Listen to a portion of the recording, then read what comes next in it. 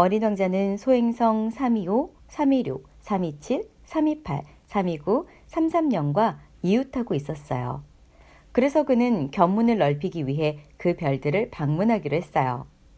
첫 번째 별에는 왕이 살고 있었어요. 왕은 자줏빛 천과 흰 단비 털가죽으로 만든 옷을 입고서 소박하면서도 위험 있는 왕좌에 앉아 있었어요. 왕은 어린 왕자를 보고는 이렇게 소리쳤어요. 신하가 하나 오는구나. 어린 왕자는 의아하게 생각했어요. 한 번도 나를 본 적이 없는데 어떻게 알아볼까? 왕에게는 이 세상이 아주 간단하다는 것을 어린 왕자는 몰랐던 거예요. 왕에겐 모든 사람이 다 신하였거든요. 짐이 그대를 더 잘 볼 수 있도록 더 가까이 오너라. 왕은 왕 노릇을 할 수 있게 되자 뿌듯해서 말했어요. 어린 왕자는 앉을 자리를 찾아보았지만 별은 그 화려한 단비 털가죽 망토로 온통 덮여 있었어요. 그래서 어린 왕자는 그냥 서 있었어요. 그러고는 피곤해서 하품을 했어요. 왕 앞에서 하품을 하는 것은 예의에 어긋남이니라. 짐은 그대에게 일을 그만오라. 어쩔 수 없어요.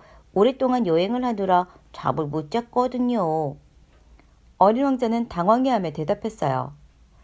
그러면 짐은 그대에게 하품을 하도록 명하노라.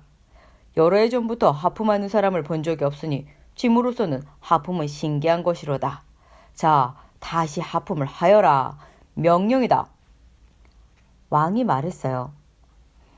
그렇게 말씀하시니 겁이 나요. 더 이상 하품이 나오질 않아요. 어린 왕자가 얼굴을 붉히며 말했어요. 짐은 그대에게 명한다. 어떤 때는 하품을 하고 어떤 때는... 왕은 기분이 상한 듯 말을 얼버무렸어요. 왜냐고요? 왕은 본질적으로 자기 권위가 존중되는 걸 좋아했기 때문이에요. 불복종에 관용이란 있을 수 없어요.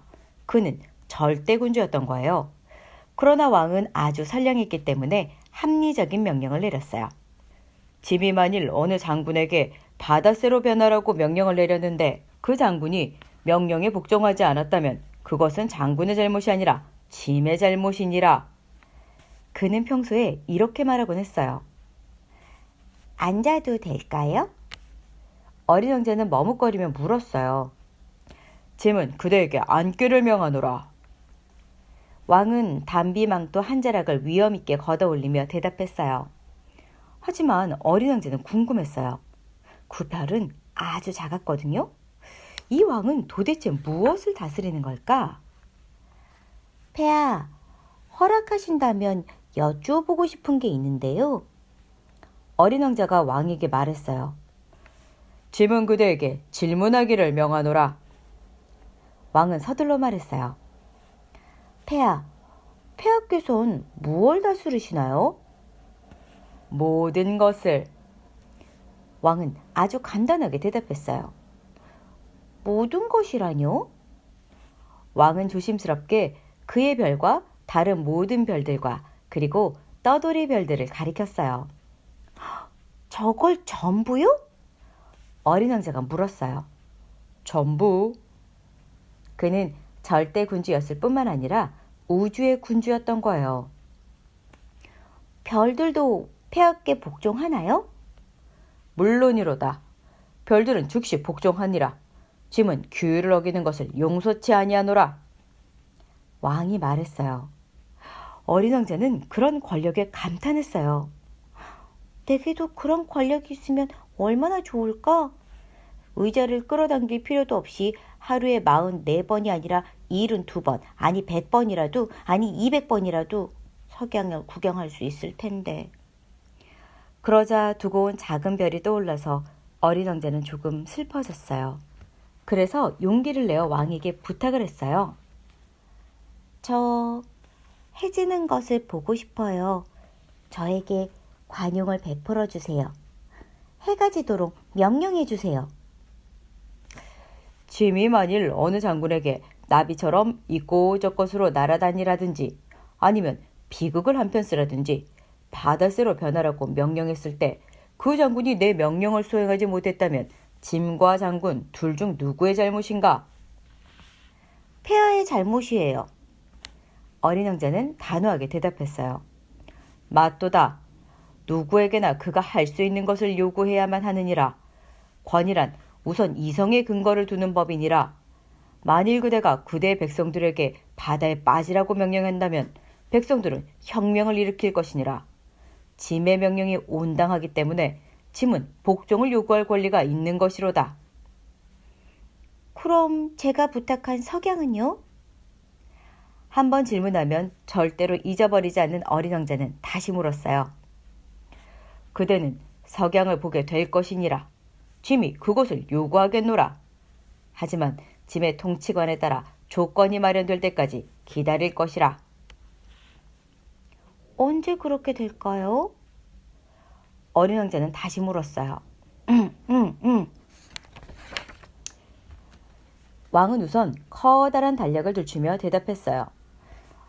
그것은 오늘 저녁 7시 40분경이 될 것이니라. 그러면 그대는 짐이 내린 명령이 얼마나 잘 이행되는지 알게 될 것이니라. 어린 왕자는 하품을 했어요. 해지는 것을 못 보게 되어 서운했어요. 그는 벌써 좀 지루해졌어요. 어린 왕자는 왕에게 말했어요. 저는 여기서 더 할 일이 없어졌어요. 이제 떠나야겠어요.